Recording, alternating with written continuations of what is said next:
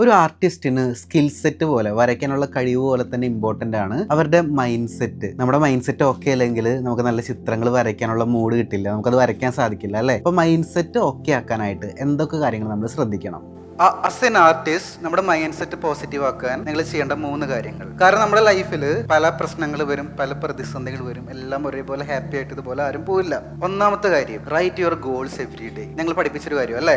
എത്ര ഗോൾസ് എഴുതിയിരുന്നത് നിങ്ങളൊക്കെ? 21 goals. Write 21 goals every day. എന്താ 21 ഗോൾസിന്റെ സ്പെഷ്യാലിറ്റി? ഇപ്പോൾ ഒരു 5 എഴുതി കഴിയുമ്പോഴേക്കും സ്റ്റോക്ക് തീരും. പുതിയ പുതിയ ഗോൾസ്, മനസ്സിന്റെ അടിത്തട്ടിൽ അറിയാതെ കിടക്കുന്ന പല ആഗ്രഹങ്ങളും പുറത്തേക്ക് വരും. അത് ഡെയിലി എഴുതുക. എഴുതുമ്പോൾ തലേ ദിവസത്തെ പേജ് നോക്കാതെ എഴുതുക. അപ്പൊ ഒരു മാസം എഴുതി കഴിയുമ്പോൾ എന്ത് സംഭവിക്കും? ഒരു മാസം എഴുതി കഴിയുമ്പോൾ നിങ്ങളുടെ ഫൈനലി കിട്ടുന്ന 21 പോയിന്റ്സും നിങ്ങളുടെ ഡീപ്പായിട്ട് നിങ്ങൾ ആഗ്രഹിക്കുന്ന ഏറ്റവും ബ്യൂട്ടിഫുൾ ആയിട്ടുള്ള കാര്യങ്ങളായിരിക്കും. So write 21 goals, first step. Second step, task management. വെറുതെ ഗോൾ എഴുതിയിട്ട് കാര്യമില്ല, ആ ഗോളിനെ ടാസ്ക് ആക്കി മാറ്റി അത് നിങ്ങൾ നോട്ടിൽ എഴുതണം. അപ്പോൾ വെറുതെ കൈ കെട്ടിയിരുന്നിട്ട് കാര്യമില്ല, നമ്മൾ എഴുതണം. എഴുതുക എന്ന് പറയുന്നത് എന്താ? ഡോക്യുമെന്റേഷൻ ആണല്ലേ?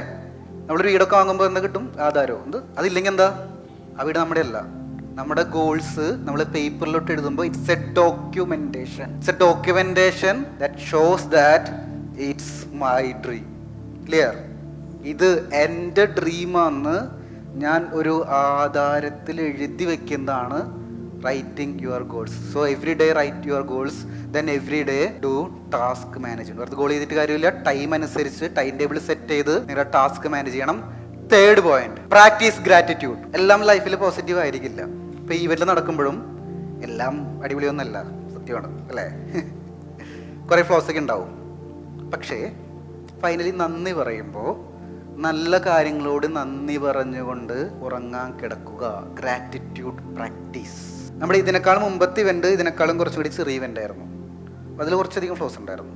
നിങ്ങൾ ചിലപ്പോൾ ബോധർ ചെയ്യുന്നുണ്ടാവില്ല, നിങ്ങൾ ചിലപ്പോൾ കണ്ടിട്ടും വിട്ടിട്ടുണ്ടായിരിക്കും, എന്തോ ആയിക്കോട്ടെ. ഞങ്ങളത് നോട്ടീസ് ചെയ്തിട്ടുണ്ട്. ഇത്തവണത്തെ ഇവന്റ് കുറച്ചും കൂടി ഗ്രാൻഡാണ്. ഫ്ലോസ് കുറഞ്ഞു, കുറച്ചും കൂടി ബെറ്റർ ആക്കി.